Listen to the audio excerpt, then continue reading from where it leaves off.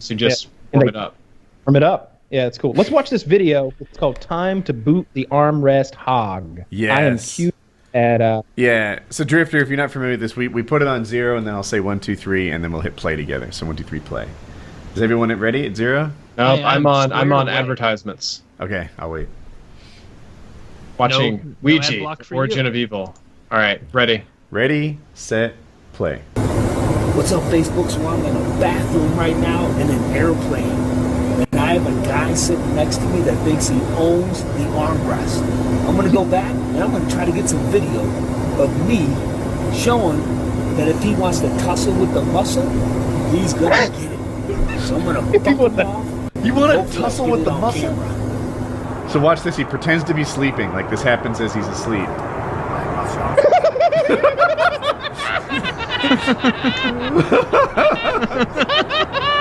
He's got his CrossFit t-shirt on. I accidentally watched the wrong video because I'm a smart man.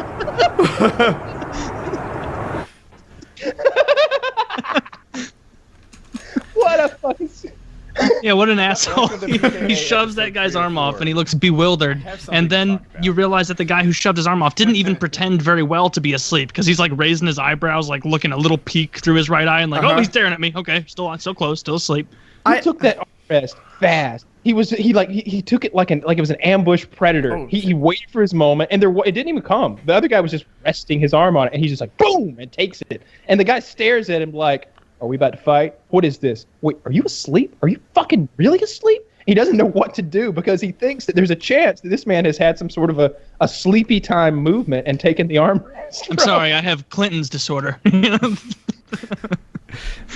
So, like, this is an area where, and I know the Jim Jeffries thing. I think we've even had it on the show before. I see that Kyle has it. Yeah, we could watch it if you want to. But He is not into it. he's like, look, the guy in the window has the window and you can lean there. The guy in the aisle has a little extra space for his legs. The guy in the middle has 2 armrests because we live in a society. And because Jim Jeffries said it, it's suddenly become this, like, truth in places. And I don't know what to make of the whole thing. I like to share the armrest, but I've told at least 2 stories where people didn't want to share the armrest with me. They seem like armrest bullies, and like I don't like to be bullied. You know, so that's the kind of thing that I'll push back on. And The Jim Jeffries is the one that I subscribe to. Last time I was on a plane, I remember, I think I had the center, and I was being I was like, all right, I don't, you know. Actually, let me think. No, I had the aisle, and I was allowing her, the center seat, to take the armrest. You know, I'm sitting politely, and she's like, "You can have the armrest," and I'm like, "No. The center seat has no advantage here. I've got nothing to lean on. You've got nothing to lean on. You got no extra leg space. You have to ask me to get up to the bathroom. You get both armrests." And she was like, "No, I really don't want them." So I took them, and I felt like a king. I was like, "Ah." Oh, now. So I like that, and it seems fair. The way that I've always worked it, and I'm willing to change, is like almost you choose where you want to be on the armrest and leave something for me. If that means I have to use the forward half or the back half or whatever, I'm okay with that. But that was always my line of thinking. This guy with the armrest supremacy thing kind of made me laugh. If he didn't say tussle with the muscle, people might have liked him more. His dislike ratio is at like 300 to 2,000. I did not now. expect it to be that bad. Like, I expected him when he was saying, tussle with the muscle in the bathroom. I thought that was funny. And then when he went back, like, I saw the ratings before I finished watching the video, and I was like, okay, he must like really like elbow this guy in the nose or something to get him to move, because there's no way. And then he just kind of douchily pushed his arm off. And I think that's fine. That guy's in the middle. He deserves that armrest. And you could see, if that guy didn't know that he was in the wrong, the guy who had it stolen from him, taken back justifiably, actually not stolen, taken back, recaptured, he would have like made a scene or something, because that guy knows that Blue Shirt is not sleeping, because Blue Shirt, nobody sleeps with their hands grasped around And the flexing. end of an armrest. In my opinion, Got he's one eye. sleeping holding a cell phone, filming himself for Facebook. Like, like Yeah, that. hold on, guys. So, but okay, the last time I was in this situation, I was like, I'm taking the back, you take the front, we'll share it.